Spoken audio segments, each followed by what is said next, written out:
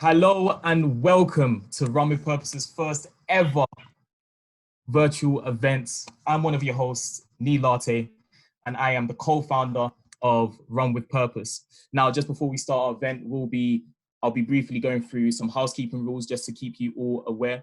Now, firstly, everyone has been muted automatically. Any technical issues or questions, please put them in the chat box. We'll be monitoring it throughout the event. No webcams on, please, apart from speakers. This may cause disruption with the connection. And if you have any questions for the speakers, you can put them in the chat box throughout the event. Please note the session is being recorded, so you have a chance to watch it after this event as well. And last but not least, we will be sending out a survey after this event just to see how we've done throughout this event. Hope you enjoy it, guys. Over to you, Joel. Thank you so much for that, Nee, and thank you so much, everyone, for joining our event this evening. This is our very first live event, so if at any point we do experience any technical issues, please bear with us. We are trying to get used to this side of the world, but thank you very much for joining. And I guess how I'll kick us off is by kind of introducing Run With Purpose's cause, why we exist, why is it that we started Run With Purpose. So I guess I'll go back 2019 May.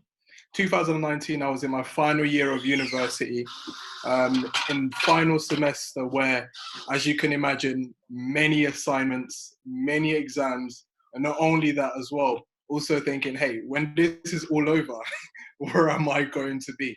What job am I going to be at? How will I make my parents proud? So that's where I was in May 2019. And those kind of pressures brought their own kind of anxiety. And one of the things that helped me was running. And I found running to be my comfort zone, my safe space that I would escape to if I was under university pressure and if I was under, as you can imagine, final year, more than 100 applications to graduate schemes. So running helped me loads.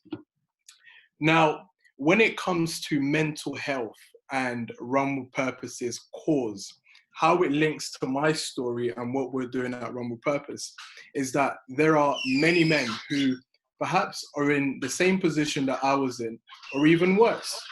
But unfortunately, they don't have anyone to reach out to. And I'm going to read out some statistics.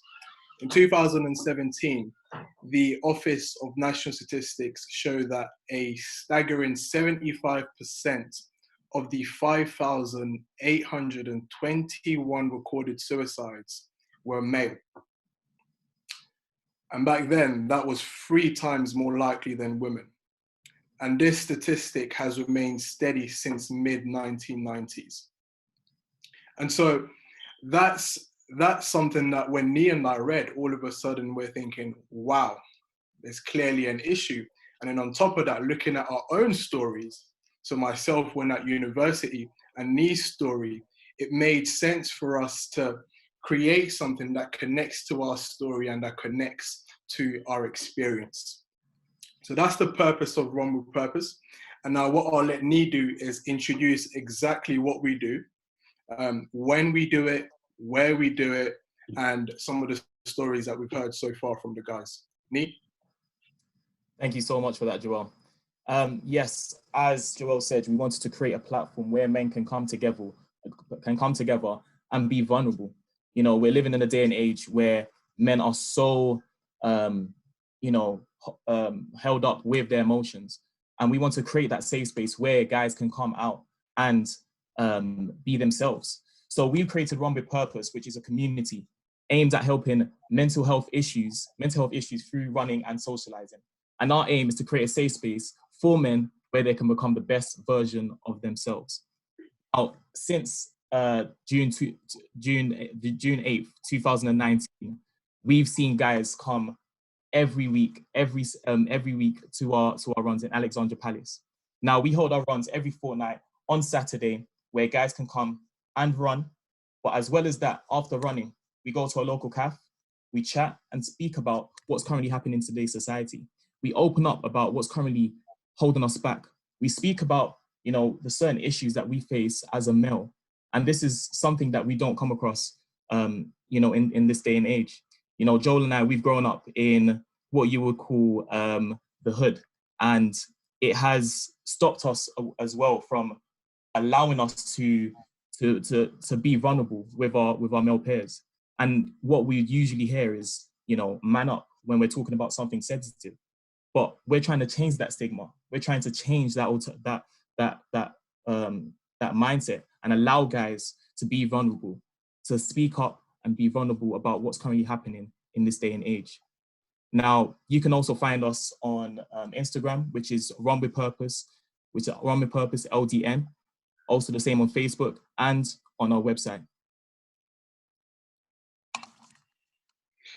Thank you very much, Nee. Really appreciate that. So as Nee said, we are both from environments and backgrounds where whenever we shared something that we were going through, whenever we were vulnerable, the response that we often got was, hey, man up.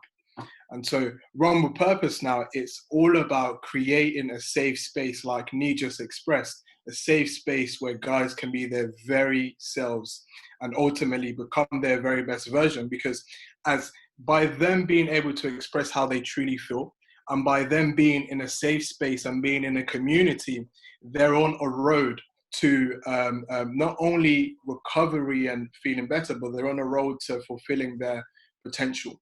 And so that's what we're all about. And thank you very much, Nee, for summarizing that really well. And so you can find us on Instagram at Run With Purpose LDN, and on there you can find all the information. Now, what we're going to do next is kick off with a poll question. And by the way, if I'm looking down, it's because I've got my notes here with me. So we'll start off with a poll question. And the poll question is as follows. The question is, how are you feeling? And we want you all to just select whichever response best describes how you're feeling at the moment. Now, shortly I'll be reading some of the answers just to let you know how you know people are currently feeling during this current crisis. You know, we created this event especially for, you know, the whole purpose of raising awareness about what's currently happening. You know, being in isolation can have a lot of damage to your mental health, and we wanted to essentially create this event to allow people to see what other people are going through, and sort of tips that we can share. You know, during this time of COVID-19, we have been, you know, in lockdown for more than 2 months now, and it has taken a toll on other people's lives. You know, it has taken a toll on myself, and this is an event that we thought we should put together to allow people to see what is currently happening and how people are currently feeling.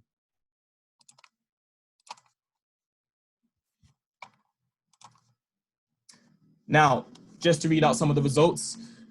So 12% said, I'm feeling great at the moment. 77% said mostly great, but sometimes a bit down. 7% said not the best, more days than good. And then 4% said not great at all. I could use some advice for how to cope better during this pandemic.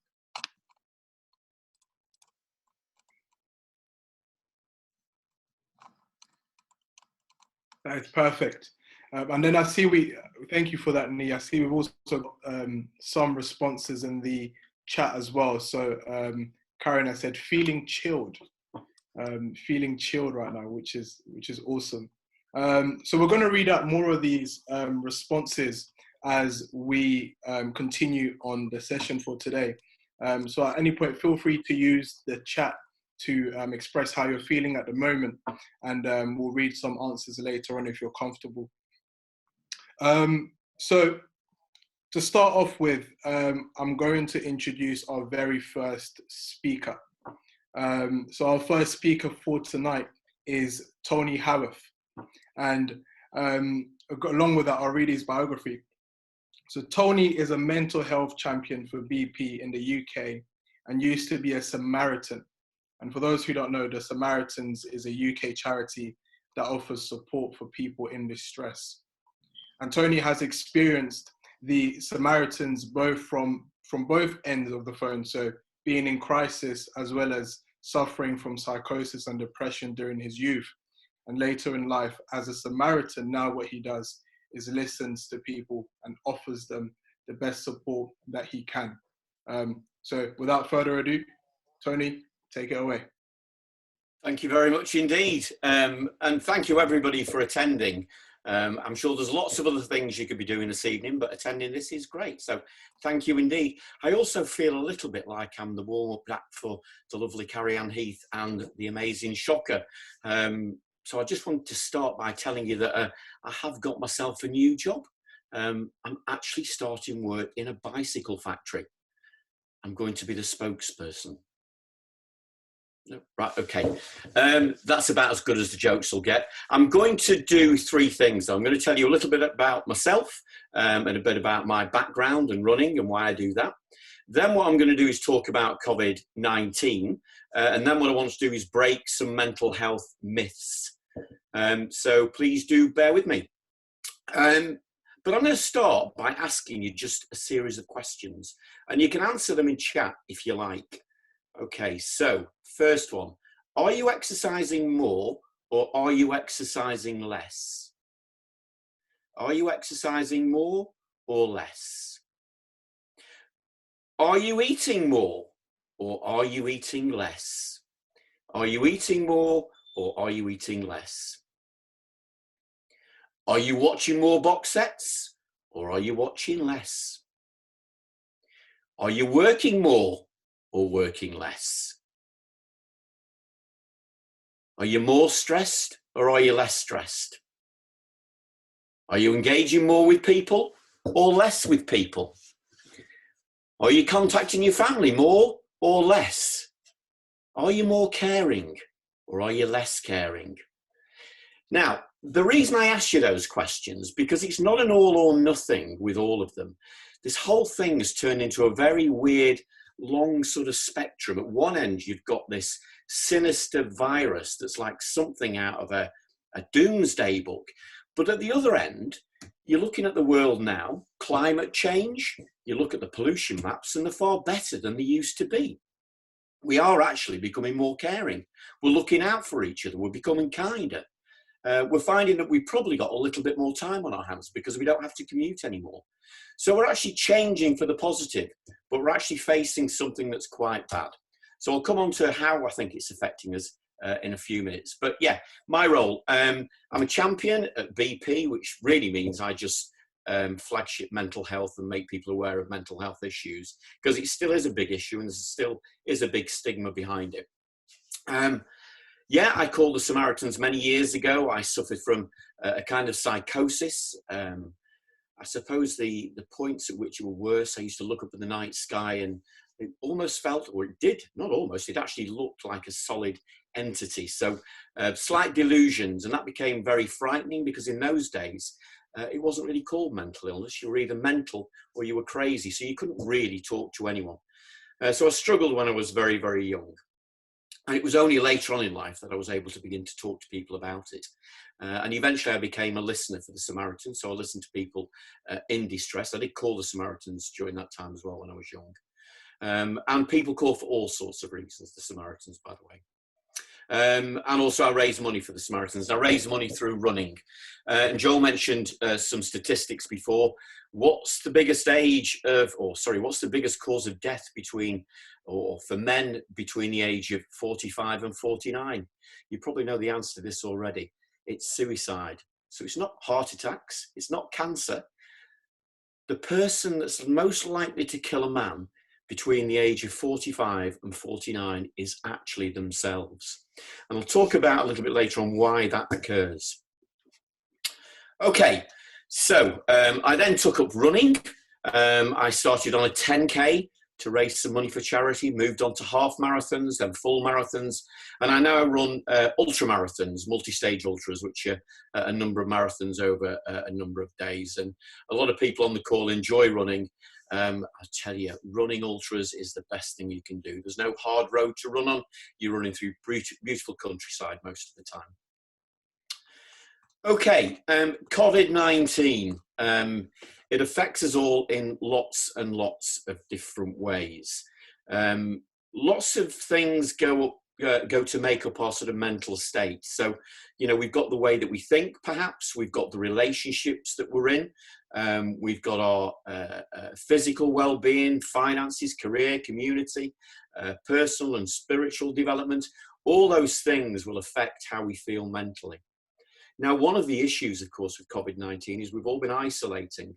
And it may well be that you're isolating and you're on your own. And that actually accentuates any problems that you do have. You begin to think a lot more, anxiety increases, worry increases, and depression gets even worse. It may be that you're living with a big family. And actually living together with a big family in a house is not an easy thing to do. Just think of Big Brother. And the reason they do Big Brother is because they know there's going to be flare-ups, because people can't get out of the house and get some respite from it all. Our relationships are becoming a lot more difficult to cope with. You only have to look at domestic abuse and the increases in domestic abuse. So if you're already in a difficult relationship, that again can get accentuated and become really, really bad. Physically, well, you know, gyms are closed. We haven't been able to get out that much. At least we can a bit more now, by the way. So where do you actually go and exercise? Even running has been quite difficult to do. Financially, we're affected. Our careers are affected.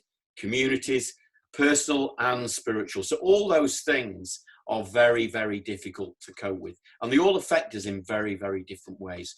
And what I hope is later on there's an opportunity to ask questions and we can talk about some of the things that you're doing to manage some of those things. I've certainly got some ideas myself and would love to share them with you. I'm going to finish my bit by just trying to break a few myths about mental illness. So I've got a question for you and tell me in chat the answer to this question. What is it easier to do? Change your mind or change your thinking? Change your mood or change your thinking? What is it easier to do? Change your mood or change your thinking?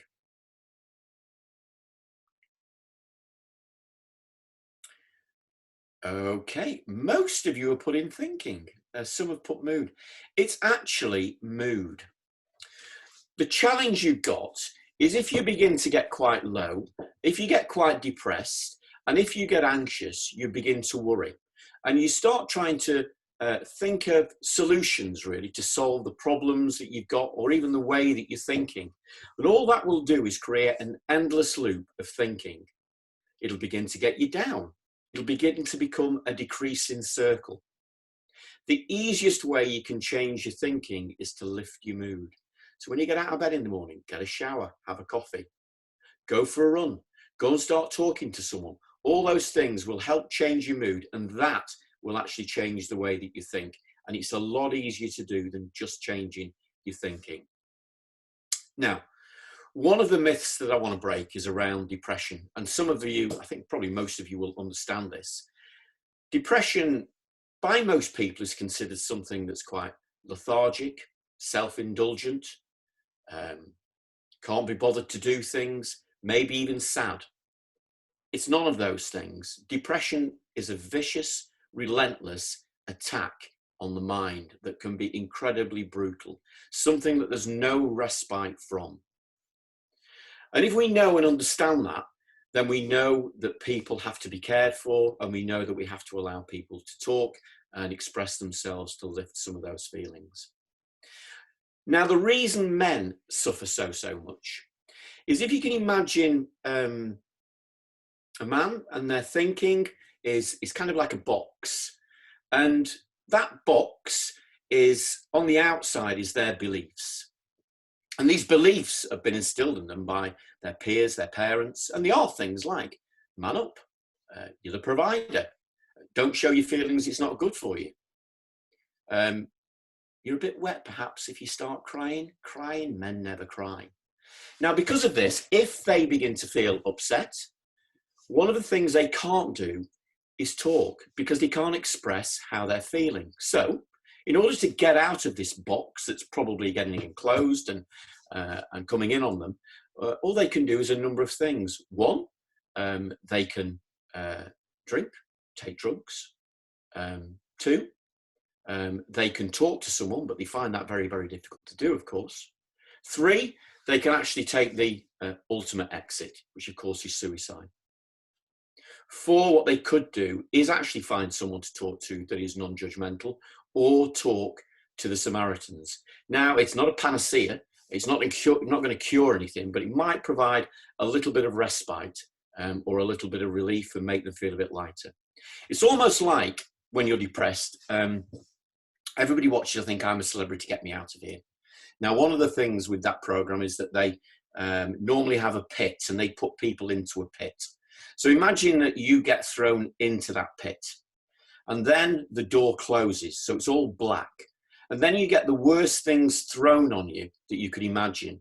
They could be cockroaches, they could be lice, they could be ants, they could be rats, they could be snakes, they could be spiders, all of those things. Now, at least on I'm a Celebrity, you know that you're going to get out there within a few minutes.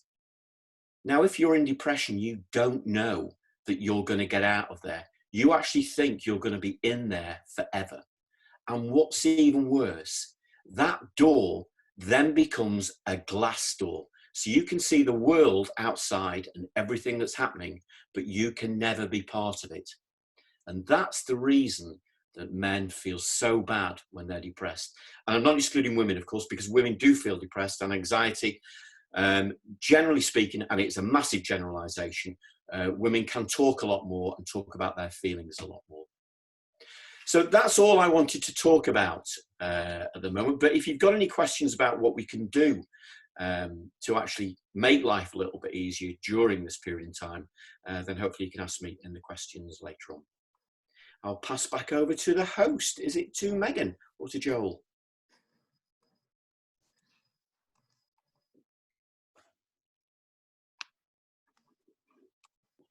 Tony, thank you so much for that. That was amazing. Very, very interactive and very, very enlightening.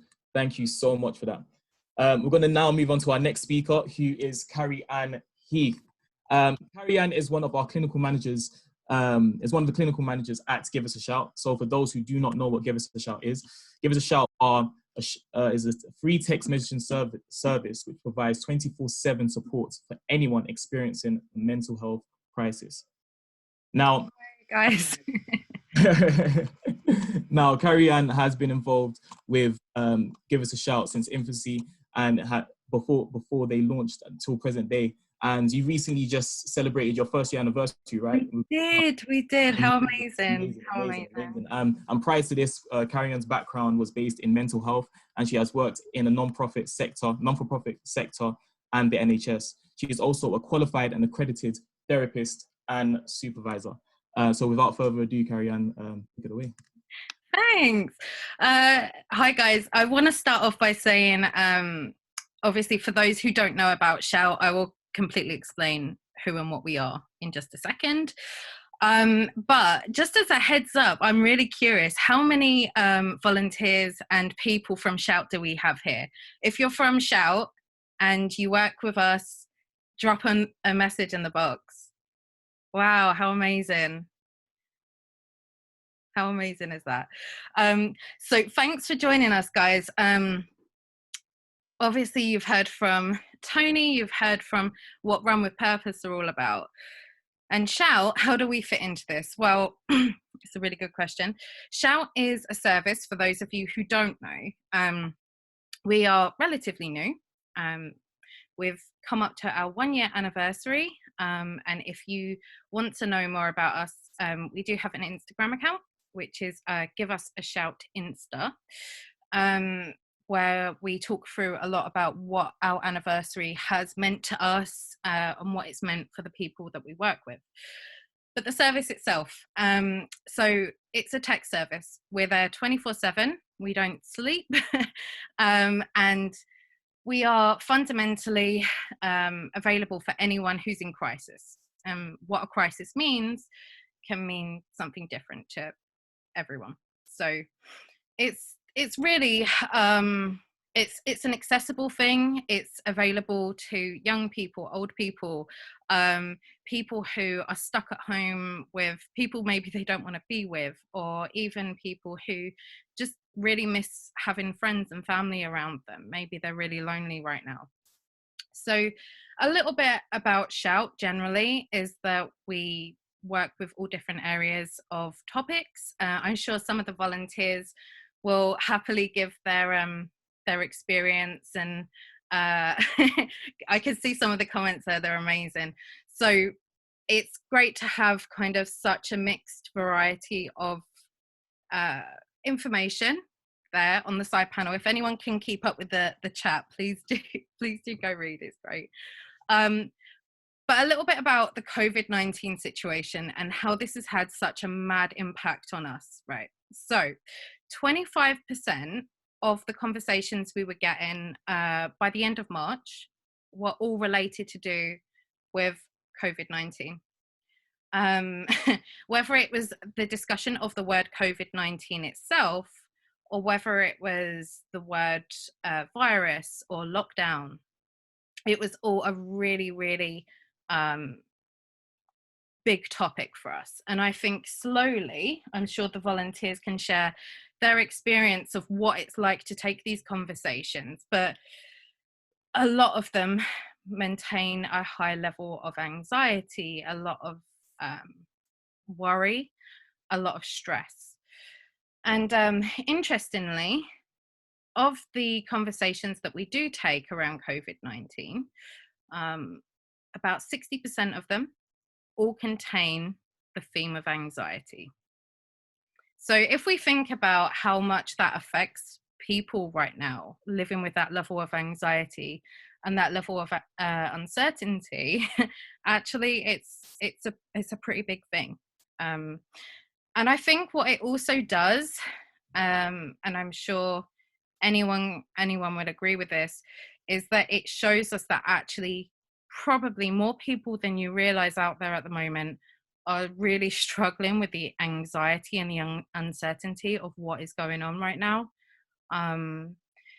It's a hard thing to live with for anyone, and I know even staff at Shout, you know, all the volunteers will be very open about this, that we've all had to deal with some level of stress or anxiety in our personal lives, that kind of mirrors really what we're doing on the platform and with our texters. So with that in mind, I just kind of wanted to share, obviously, if anyone at the moment feels like, hey, I could do with someone to talk to, it doesn't really matter what time of day, that Shout is there for them. Shout is there to take hopefully some of the anxiety away. You know, a bit like what Tony said, we can't fix situations, unfortunately, but we definitely can help listen.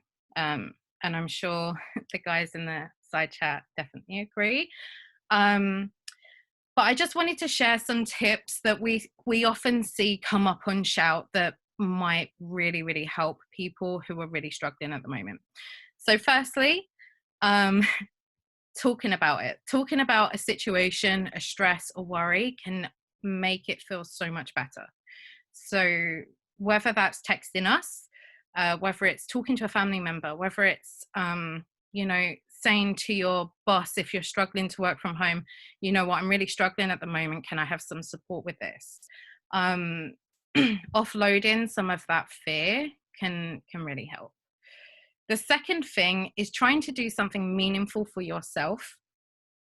And what I mean by that is, I don't mean spending large extravagant amounts of money or doing something that's really outside the box, but something small and meaningful can be something as simple as taking the time to read a book that you've always wanted to read, or catching up with a family friend that you haven't spoken to in ages. But doing something small but meaningful can make a big difference to our day.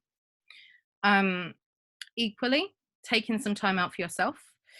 So again, that's very similar in finding something meaningful for you, but it also can mean just mental space. Mental space can mean different things for other people, whether it's taking yourself off to the bathroom for 5 minutes and trying to hide from kids, or maybe just sitting outside with the birds in the morning with a coffee and, in my case, about 100 crumpets. Just doing something that chills you out. The next one is taking this opportunity to see it as a positive. And I know that sounds really bizarre. Now, there is no way this virus is a positive, and I'm sure everyone will agree with that. But sometimes being forced to be by yourself or taking the time to slow down can actually be a positive for us mentally. And what I mean by that is it gives you time to think about really what makes you feel good and what makes you feel content with your own life. And not only that, but also gives you the opportunity to maybe reignite a passion for hobbies, or, you know, have you tried something recently that you never thought you'd try? For example, painting, or, you know, doing something, writing a novel. I know someone who's actually started trying to write a novel and they never thought they'd see that happening. So that's amazing. And I think the last real tip that I really wanted to share is mostly for people who are working from home at the moment. And it's a really interesting one. And someone actually said this to me on the platform. It was actually one of our volunteers. So I definitely want to give a massive shout out that our volunteers are so knowledgeable. But they said, you know, remember, in this situation, you're not working from home. You're actually trying to work at home in the middle of a pandemic. And when you reword things like that, it can really make a difference to how we feel and how we acknowledge a situation. So I guess what I want people to take away from today, from us at Shout, is that firstly, you're not alone. You're 100% not alone, but also that there are things you can do to help yourself feel good. And if in doubt at any time, then absolutely please do reach out to us, because we are there. Hopefully, if anyone has any burning questions about Shout, or wants to ask anything about the service, then definitely please do shoot me a question at the end. But other than that, I will pass back to our hosts. And thanks for listening to me.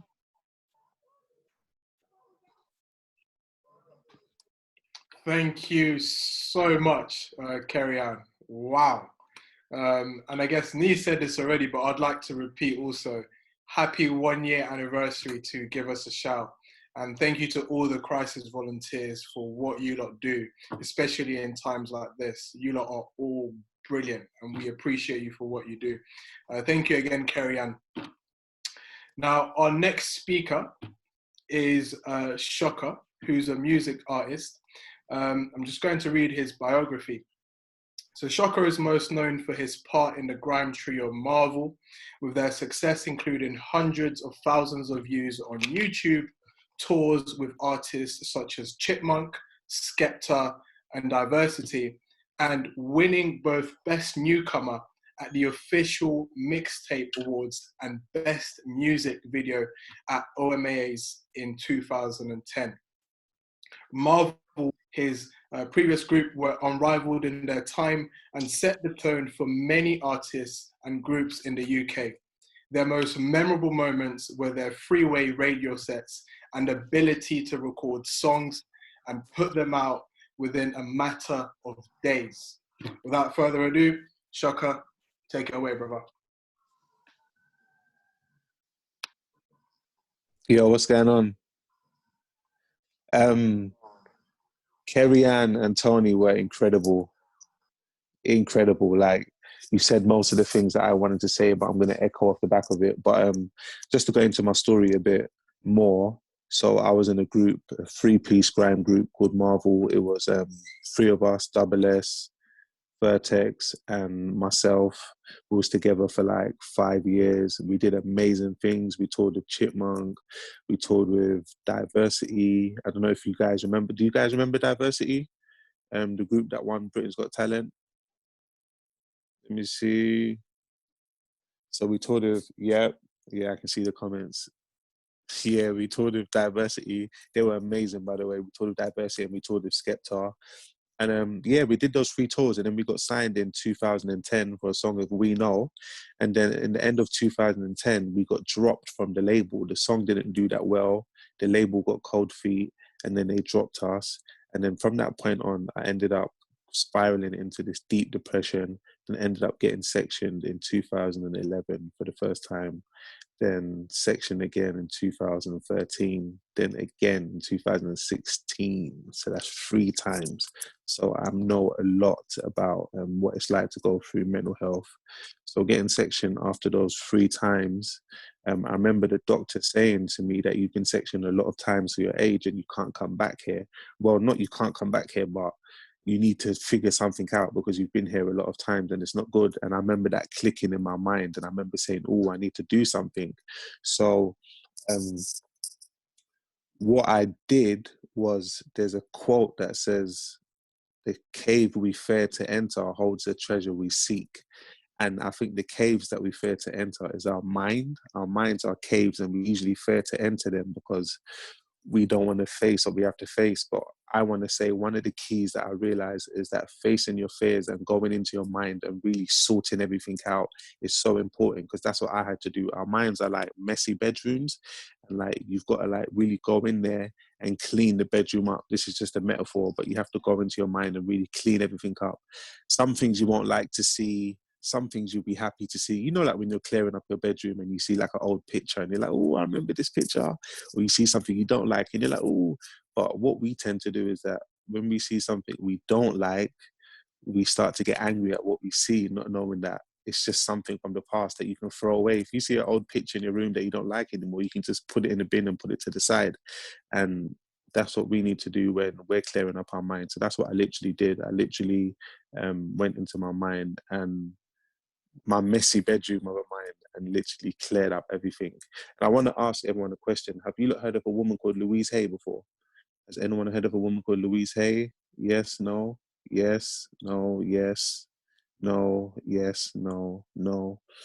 I'm seeing a lot of no's, and that's bad because everyone should know this woman. If you've got a pen and paper by you or some notes, write down the name Louise Hay. She is an incredible healer.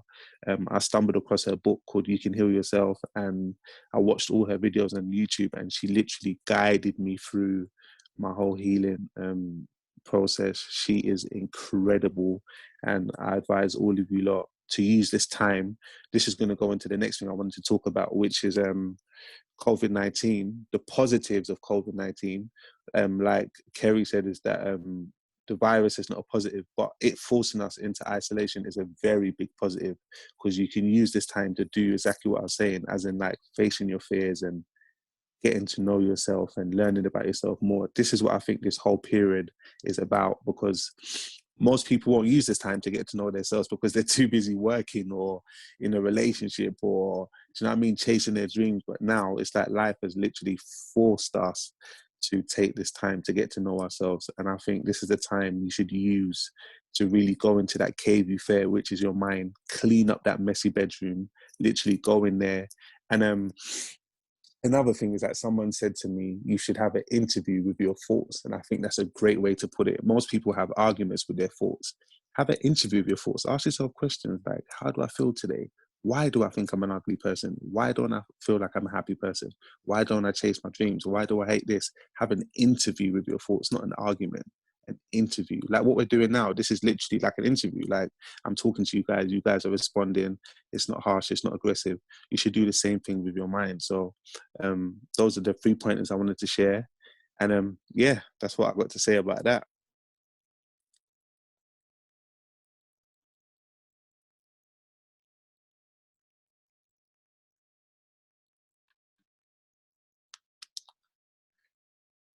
Thank you so much for that, Shaka. I'm so blown away by that. You should have an interview with yourself. That's unreal. Thank you so much for sharing. No problem, bro. So we've heard all our 3 speakers now, and the next section, essentially what we'd like to do is take some questions for all of you that are tuned in right now that the speakers can answer. So someone said, what's the name of the author again? Louise Hay. I had to butt in because I need them to know this person. Louise. I made sure I jotted it down, bro. I made sure. Yeah, jot it down for them, please. Jot it down for them, please. Game changer, like proper game changer.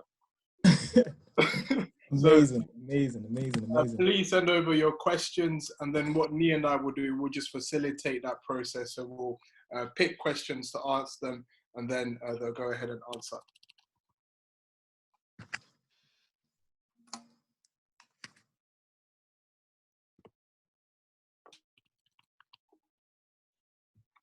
Now, I believe we have one question from AJ. You Can Heal Your Life. Is that the book? That's the book. AJ, that is the book. Get on that right now. Get yourself a copy. Read it once and then read it again slower. And trust me, the book's a game changer. Nice. And guys, make sure when you answer your questions, if you have a specific question for a speaker, please just state that in the comments as well. Got a few more questions coming in. So we got a question from Kem. How can we access the shout service if we're in need of help? And what can I expect from you? I believe that's a question for you, Carrie Ann. Okay, that's a really good question. So there's a few ways really you can find out more about us. So one is via our website. Two is via our social media pages. We're on Facebook, we're on Instagram, we're on Twitter. But fundamentally, if you need help, you just text the word shout, so SHOUT, and we have a number, which is 85258. That's it. So you text it to that number. And usually we work pretty quickly in getting back to you, but basically you just have a text conversation like you would with your mum or your best mate, or it's just someone there that sends you a text message to talk about how you're feeling. And it's not a one thing I will stress is it's not long-term support. So if you do feel that you need serious help, then please by all means do speak to a GP or a mental health professional. But if you are ever in crisis and you just need to vent, you need to offload, or this lockdown is driving you insane, then please do feel free to text us. Thank you, Carrie Ann. I'll take the next question. So the next question is, I don't know if I can pronounce this, RWP, who asks, what motivates you all to keep doing what you're doing? What motivates you all to keep doing what you're doing? We'll start with Tony, and then Shaka, and then Carrie Ann. I suppose two things. One's quite a selfish one, and one's not so selfish. I think the not so selfish one is, having gone through what I went through when I was younger, I wouldn't wish that on anybody. The thoughts and feelings were just horrendous, and the fact that you couldn't talk to anyone about it was just awful. And a lot of people here will associate with that. So I've got to keep spreading the message, because the more I do, the more that we can get people to talk about how they're thinking and how they're feeling. The other very selfish one is running. I am 61 and I've never been as healthy in my life. Wow. It's the best thing I've ever done, and it's just, I feel great for doing it. And that's a very selfish thing, the running thing. So I admire you all, by the way, because I know this is Run with Purpose. And I live in the north of England, but I work in London normally. When I'm down there, I'd love to come running with you. Thank you, Tony. Shaka? Yes, I saw someone ask a question if I'm still making music. I am. I've got a new project. Can I plug this? I've got a new project. I got a new project coming out at midnight. It's called Impact Over Numbers. I repeat, it's called Impact Over Numbers. It's coming out at midnight tonight. It's a beautiful project, man. Like, there's so much amazing subject matters I touched on. If you can get a chance, get a copy of that and listen to it. But what motivates me to do what I do? That was the question. I think, well, you know how there's a saying that says, experience is the best teacher. So I look at it like, if you've been through an experience, you've now become a teacher, because of that experience you've been through, you can now teach someone about that experience. So I've been through an experience of being Section 3 times, going through mental health. So now I've become a teacher, whether I like it or not. Whether I want to teach the lesson, it's up to me. But I've chosen that I do want to teach the lesson. And I don't mean that in an egotistical way. I just mean in general, because I've been through the experience. And now I can share what I've learned. And I think it's just so important to share what I've learned, because I never had someone there for me when I was going through my thing. There was no one I can speak to around me. No one's ever been sectioned around me like that. Well, there was, but they didn't want to share it because it's not cool to speak about it. Do you know what I mean? So I literally had to go through it myself. So now I would love to be that big brother or person that someone can, oh, hey, Shocker went through this. Oh, let me DM him and see what he thinks. Or let me go, even if they can't DM me, they can just see my story and just see what I did. So yeah, that's what inspired me, just to be some sort of help. Thank you, Shocker. Carry on. It's a really good question. I've worked in mental health since 2007. So it's, my career's been really eclectic, actually. And I actually started off when I was very early into mental health, working with a lot of charities, especially I used to live in Brixton in South London. So when I was in Brixton, I worked with a lot of local charities as well. And that really spurred me on to understanding that actually there are people out there who need a lot of support, and actually working with people in a way that you can provide support is really, really satisfying for me personally. But also I feel like, you know, if it's a bit like what Shaka said there, if you've gone through something personally, and, you know, seeing a lot of my friends when I was younger, you know, at school, for example, we didn't have mental health support like young people do now. And it was watching my friends grow up without that. And I just thought, you know, what would it be if young people had you know, the ability to chat to someone that isn't their friend, or, you know, if they're being bullied, that they don't have to sit with that on their own. So I guess that kind of spurred me on, that and politics. I'm quite vocal about my political stance, I will say that. But I think just, you know, the kinder we are as a generation, I think we could make a better for everyone. So that's really my motivation, as cheesy as it sounds. Amazing. Thank you so much, guys, for your answers. Really, really inspiring. I'm going to take more questions. Guys, keep those questions coming in. You know, if you have any questions for anyone specific, or if you have one for everyone in general, please send them through. I want to read out this one from Lauren. She says, do you think there will be long-lasting mental health issues after COVID-19, similar to what would happen after someone experiences something traumatic? I'm guessing this is a question for everyone. Who would like to take this question? I can go. I can straight up say yes. I think, you know, we're dealing with a lot of stuff here that is kind of multi-layer. So on one hand, you have the mental health of people who are perhaps being isolated for a long time, experiencing anxiety, perhaps developing health anxiety. You've also got a layer there of people who perhaps have gone through bereavement, because let's not forget, this virus is incredibly deadly and people are losing their lives. But on top of that, you have the frontline workers who are constantly seeing trauma day in, day out. And on top of that, the key workers and people who have lost their jobs, unfortunately. If anything, you know, we're seeing this more and more, or especially at Shout. So do I think there will be more mental health problems at the end of this? Absolutely. I did see someone ask, I think, if we think that it will be kind of forgotten, which I guess is a very similar thing as well. I hope not.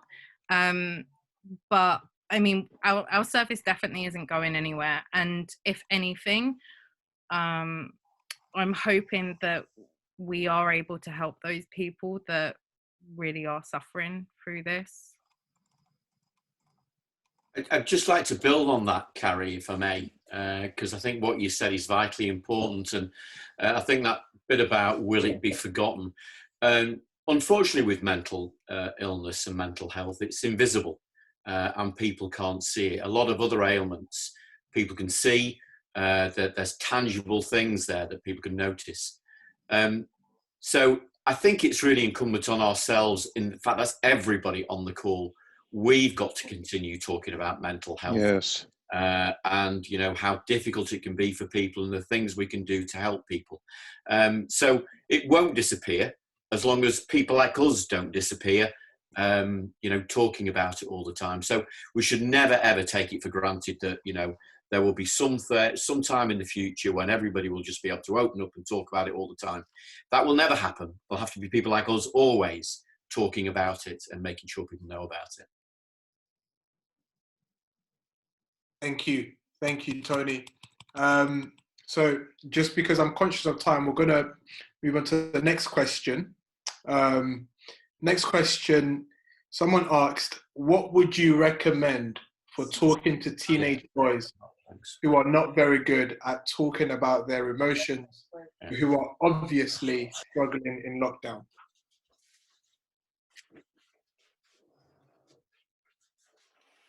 I'll let anyone closing the curtain there. Sorry. I can see the camera on Tony. Yeah, so I mean, I've got two girls. So the only word I never or ever needed to know having two girls was the word yes. So it's easy for me in that sense. Young boys, again, I think it's the ability to sit down, listen to them, and just listen to them.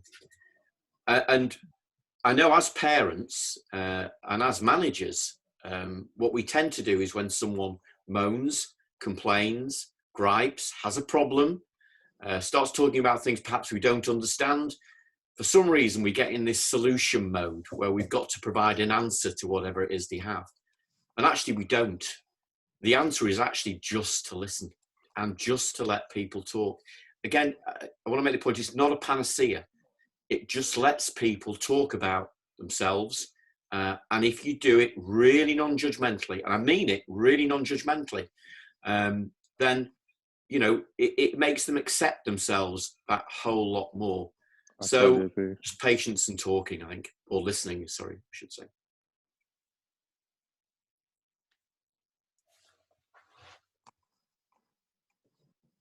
Amazing. Thanks for that, Tony. Last few questions. A question here. This is for you, Shocker, actually. How do you, as someone from the ends, encourage your friends to open up about their mental state? So basically, my name's Shocker for people that don't know what that means, because I don't ever think, why does he call himself that? The actual acronym for it, means spiritual healer others can know is around them. What does that mean? That means the more I'm open, the more I'm vulnerable, the more I tell my stories, it gives other people the chance to tell their stories. Because the one thing I've learned is that someone has to step out first. Whoever's going to step out first, it don't matter who that person is. It can be you, it can be your auntie, it can be a cousin, but someone has to step out first, and then like the next person will feel comfortable to step out. It's just how it goes. Have you ever been talking to someone and then they get deep and then you like automatically start thinking, oh shit, I need to like share what I'm going through too. So like that's one thing I've learned. So what I did with my friends is that they've seen me do like interviews and they've seen me share my story. So now they message me and they feel so comfortable to like my friend the other day was going through a hard time because he does music too, and he was going through a hard time with his management, and he just hit me up and said, yo, Shots, I'm going through a hard time right now. And he probably never would have done that because he knows that like I've stepped out and I've opened up about it, that it's cool that he can open up about it with me. Because sometimes some people don't know how the other person's going to react, if they're going to laugh at them, if they're going to take the piss. They don't know because they've never had that conversation. Whereas if you're showing them, yo, like I'm cool on this level, we can speak on this level, then they'll feel comfortable to talk to you about it. So yeah, that's what I think. Thank you, Shaka. That's definitely something that I've always asked myself, what does Shaka actually, where does it come from? Yeah. So, thank you very much. You've given me some insight there. Okay, Yeah. just another question for Kerry Ann. Hi. Someone asked, have you seen a real increase in people using Shout over the past few weeks? Yes. So statistically, it's really hard to kind of give exact numbers, or there's not really an exact science. And the reason for this is people's terminology. So we collect a lot of data. We collect a lot of data from words, and especially keywords that come into the service. It's a very clever system that we use, and it will flag immediate risk conversations for us, for example. But one of the things that we have noticed is people's terminology has changed. So instead of texting in saying, I am stressed out about COVID-19, they are saying things now like, I am stressed being inside. I am stressed not seeing my friends. So for us to kind of pull the data from that and actually find the key words is very, very difficult. But there is an underpinning, and I'm sure loads of our volunteers probably would agree on this, is that actually once you start talking to someone, even if they text in about something very different, that halfway through the conversation suddenly it becomes very apparent that actually maybe this situation is probably causing a lot of their stress. So it underpins everything we're seeing at the moment. And in terms of busyness, yes, we are very busy. And I'll just I've seen a lot of comments about people wanting to volunteer for us or asking about training.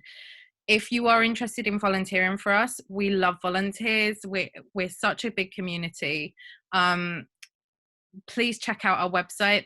There is instructions on there on how to apply. The training is really thorough. You get guided through it. Everyone is assigned a coach to help them through their journey. It's a great place to volunteer.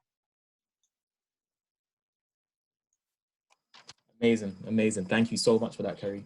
We've got another question here from someone, and this is a question for everyone. It says, are you feeling any survivor's remorse during this pandemic, where you feel guilty for your life being relatively unchanged? This question's open up to anyone who wants to answer it. I think that's a really, really good question. And actually, I know it's come up a lot for staff at Shout, and equally our volunteers, actually, because we're a remote service. You can work anywhere. You need an internet connection and like a laptop or something to be able to work or volunteer with us, which means that technically we are able to shut ourselves off. We're not, whilst we are busy and we're working, we have a stable job, we are able to still support people, but we don't go out, we don't expose ourselves to danger. And I suppose there is a sense of guilt there. We're working with sometimes very distressed people. For those of you who are aware, we do have a big frontline campaign where we're supporting frontline workers at the moment. And it's quite a difficult thing to kind of imagine what they are seeing or what they are dealing with day in, day out. It's a very different life to us, and it's very distressing for them. I'd just like to again build on what Carrie's saying. It's I suppose pushing compassion to its limits, because if compassion is all about being with someone else's suffering, well, actually most of us are isolating ourselves and locking ourselves indoors and keeping away from all that suffering, even to the point where we're trying to stop watching the news so we don't hear all the bad stuff that's going on. But we know it's out there somewhere. And so the remorse or the guilt for not suffering, if I'm honest, I don't feel it that strongly, but I know it's there. And I do know, because I do know someone that's suffered and been in hospital, when I knew that changed my view quite dramatically, because it affected me very personally then. I think once things start to unlock and we start to see people who have experienced perhaps worse things than some of us, then I think that remorse or non-suffering remorse may not be there as much, because perhaps we know we can help them. Don't know. Yeah, I think Tony took all the words out of my mouth. Literally. That's exactly how I feel. Thank you.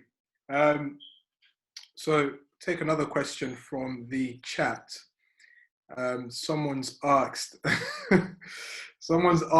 Shocker, what was the K in the acronym? No. Spiritual healer. Others can know is around them. So it was no. Yeah.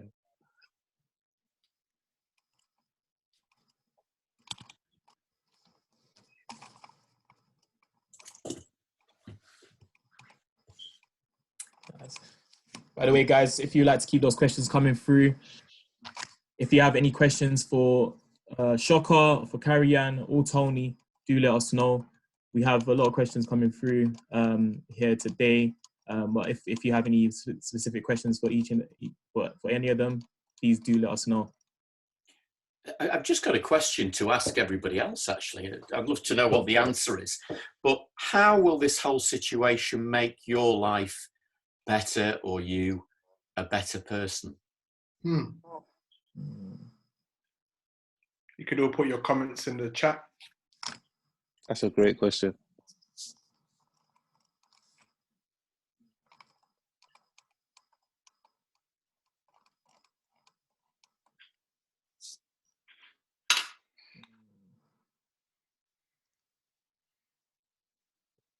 Robert says, I appreciate my family and friends more.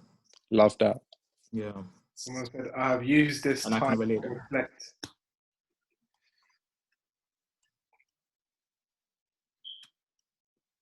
No, I think that's a huge thing, actually. Someone there said bringing out the community spirit.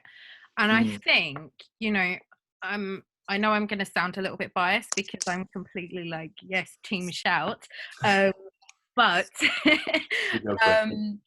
but one of the things that Shout is amazing at is, although we are getting bigger and bigger, and you know we are only a year old, so we're still in our infancy really, but we are growing. We have 1,800 volunteers currently, but we still try to maintain our community spirit, even though we're online, even though we're all over the country. We are a nationwide service. We have lots of support and opportunities for us to engage with our volunteers. And I think one of the things that really is important to us is that we really genuinely, hand on heart, value every single one of our volunteers. We value every minute, every second that they give us, and that they give our texters. So I think in terms of that community spirit, I can definitely vouch that it is such an important part wherever that community is.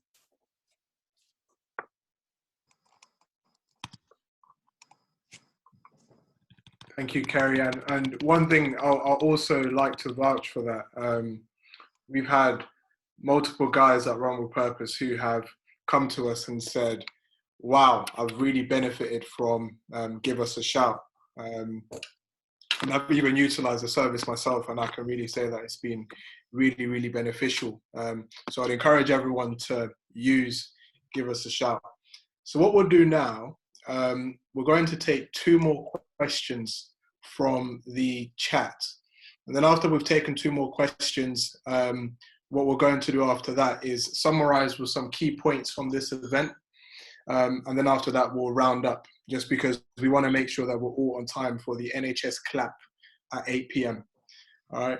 So we'll take 2 more questions and then summarize with key points from the event, and then we'll round up.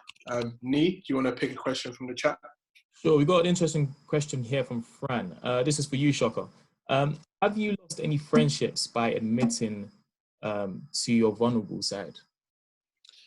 I haven't, you know. I've kind of gained more respect from my friends in a weird way.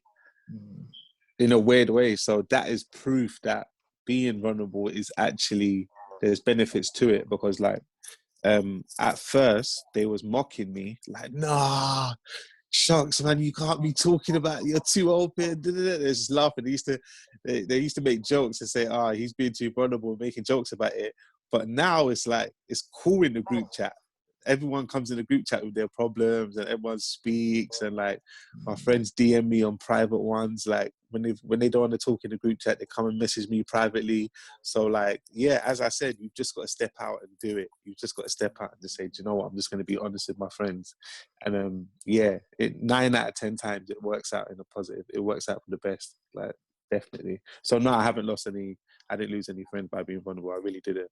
And if you do lose any, then they're not your real friends, are they? Do you know what I mean? What was you lot talking about before that then? Exactly. What was you lot talking about all day? Like true. chicken and So chips? Or, do you know what I mean? What was you talking about before that? It must have been surface level conversation. So yeah, if they leave, then they definitely wasn't. In fact, you should be vulnerable to find out who the real friends are. So yeah, that's what I think. No, that's so interesting, because as you said, it's more or less a snowball effect, isn't it? You know, one, people will follow. So you showing your vulnerable side allows people to also be vulnerable as well. You know, and exactly. That's very interesting, man. Very exactly. Very that's the key. Thank you, Nee. Thank you, Shoka. I guess the final question we're going to take is from someone who's asked, what does the panel, and I think this is a great way to kind of finish this segment, what does the panel think the new normal will be in society? If we could start with Tony, Kerry-Ann, and then Shoka. So I've got two answers, the like and the probably. I love it, the fact that we're now spending time focusing on the things that are important to us. I've spoken to so many people who sort of reinvented their lives, and they want to spend more time with friends and family. They're not working at the pace that they were working at before. Sadly, I think the world is driven by material. And, 6 months down the line, we may well be back to where we were before. I hope and I pray not, but who knows? You know what? I'm in a very, very similar state of mind, actually. What I would love is that people come out of this saying, you know what, I've had time to slow down. I've spent more time with my kids, my family. I've spent more time alone, reflecting on my own happiness. Maybe I've discovered that I need to move home, or I need to go on that holiday that I've always been dreaming of. But whether that happens or not is a different question. What I genuinely hope is that there is some aspect of that community spirit, that there is some aspect of self-appreciation that still comes through. I think we've seen a lot of magical stuff in amongst very dark stuff through this time, and I feel like it would just be awful to lose it.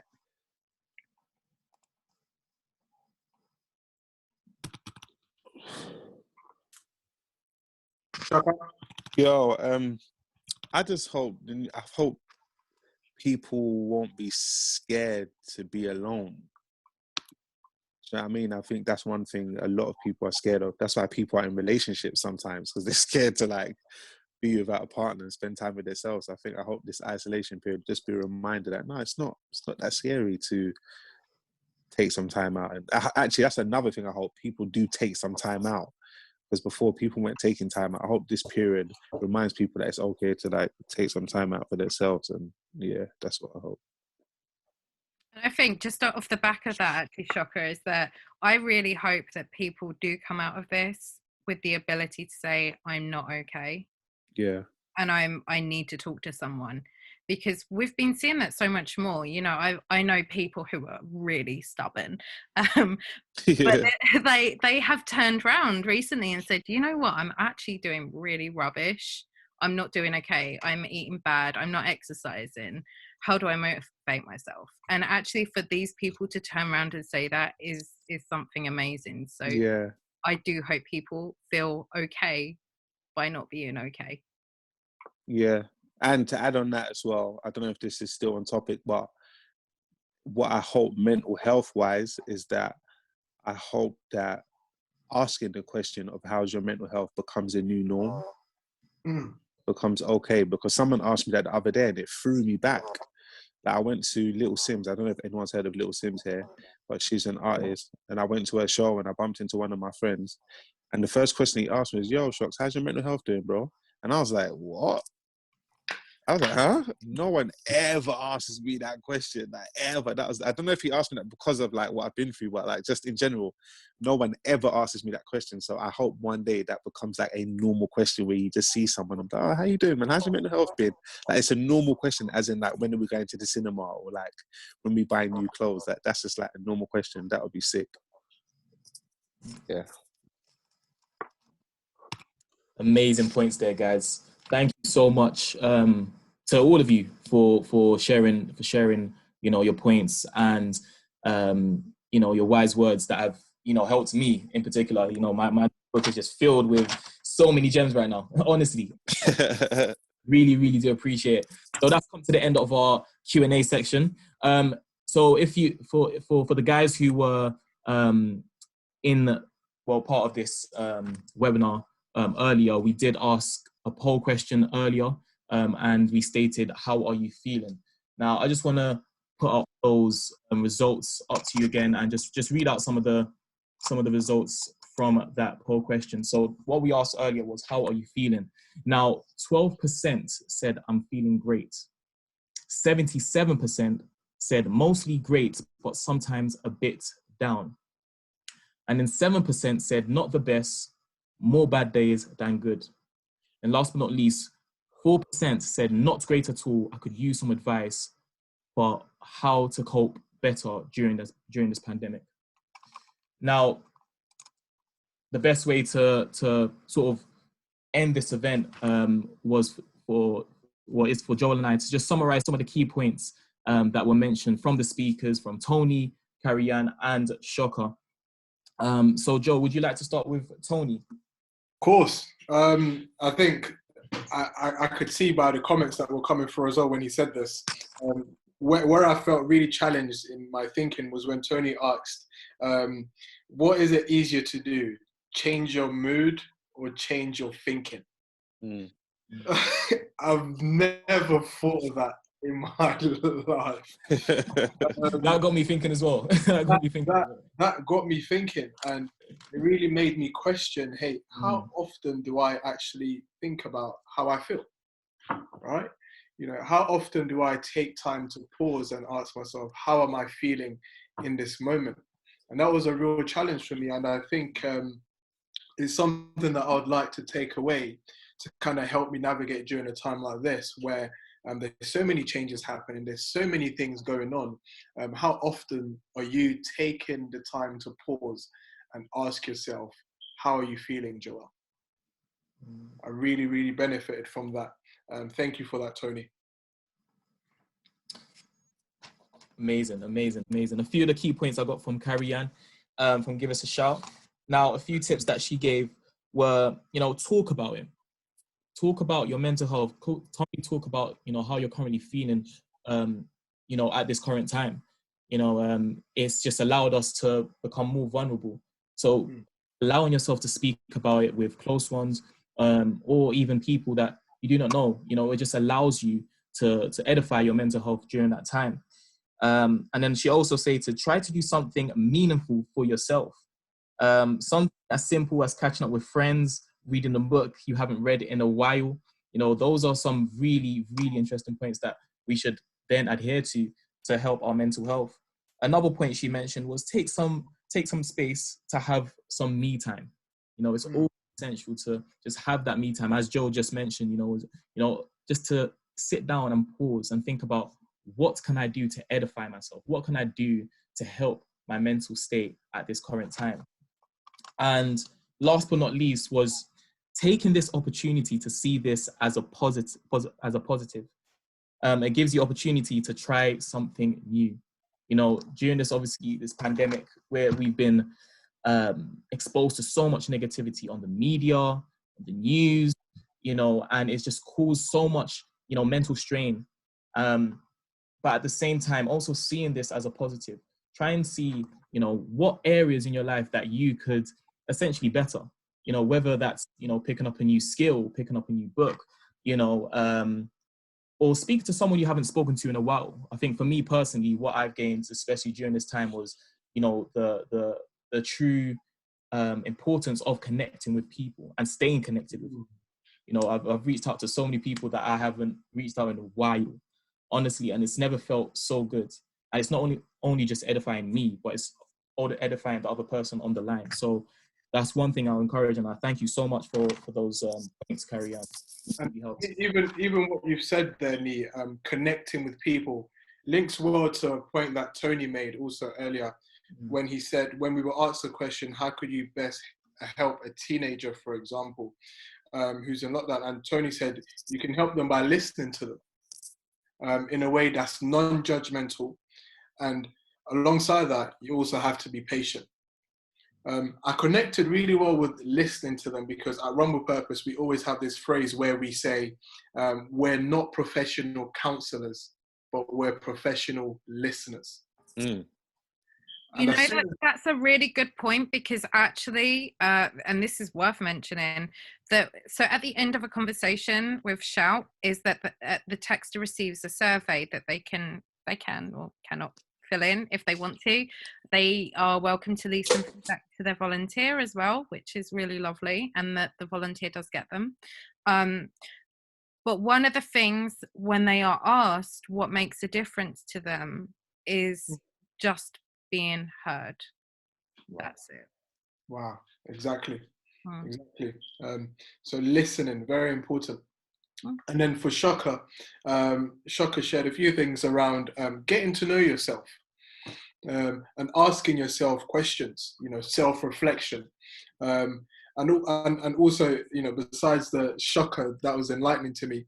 For me, I think listening to Shaka, what really stood out the most for me is really self-reflection, asking myself key questions that I otherwise wouldn't have if this time didn't come about. And then I think if there's another thing that I took away from Shaka, he said, the more he shares his story, the more someone else is empowered to share theirs. Yes. And I really connected with that, because at Rumble Purpose, we've heard incredible stories. I mean, you know, I remember someone sharing that, hey, they lost a friend to depression, and then not too long after, they lost their granddad. And I remember when hearing this person, immediately I felt empowered to share some of my most, vulnerable moments, or some of my kind of struggles. So that's a great example of that. I guess, so those are kind of the summaries of what each speaker has shared. I guess what it would be nice to do, maybe if we can have one-liners, this wasn't actually in our agenda, one-liner from Shaka, Tony, and Carrie Ann that people can take away for such a time as this. Have an interview of your thoughts. Simply listen and shut up. Love that. I would say be true to yourself. Just be yourself. Amazing. Thank you so much. So I believe that takes us to the conclusion, right, Nee? Yes, it does. Okay. So thank you so much again, everyone, for joining this. Thank you for the speakers, Shaka, Tony, Carrie Ann. You were all fantastic, and felt really, really privileged and honored to have you join us. And I mean, the comments also speak for themselves. Seeing a lot of people saying, thank you for hosting this. Some people asking us to do this again. Some people asking for another. Oh, wow. I'm just blown away. They're just coming through. I guess to round up, what I'll finish up with is just by stating again who Rumble Purpose are, why we exist, and where you can find us.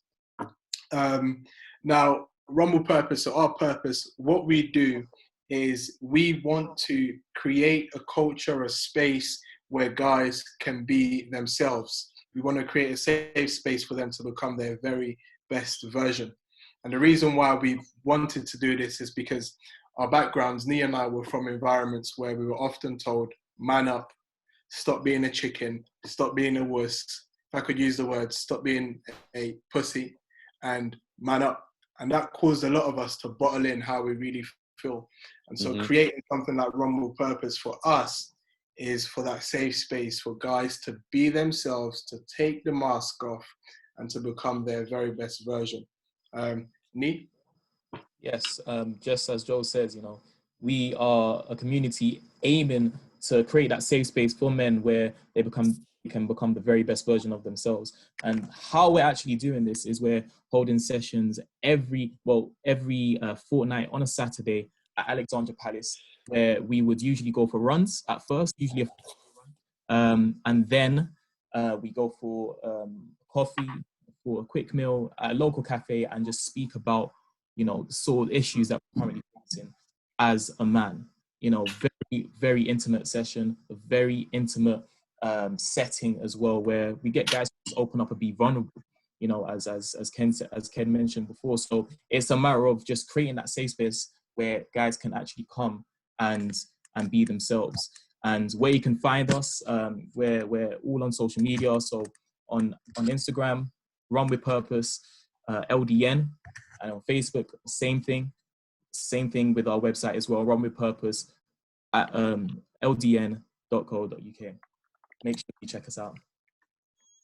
Thank you very much for joining. Wishing you all a fantastic evening. Any final words, Shaka, Tony? Yes, let me remind them. My EP, my project, Impact Over Numbers, is out midnight. And follow me on Instagram. My whole journey's on there. There's more of this, what you heard on my Instagram, Shocker_artist. And yeah, love. Thank you so much. This was amazing. And I just want to say a massive thank you to all the volunteers that also came and supported the conversation, but also for everything they do, because honestly, they are flipping amazing. So thanks guys for being here. It means a lot. Amazing. Thank you so much, guys. Really do. We're just trying to hear Tony. He's muted. It's Tony. Admin Megan, if you could unmute Tony, if you can. Okay, yes. There we go. I was going to say a big call out really to Nee, to Joel, and to Megan for organising this. It's been and the final words, of course. Download Shocker's project tonight. Yes, Tony. Yes. And in some promo. Without further ado, thank you all again. Have a good evening. Let's go. Thanks, clap. guys. See you later. Bye.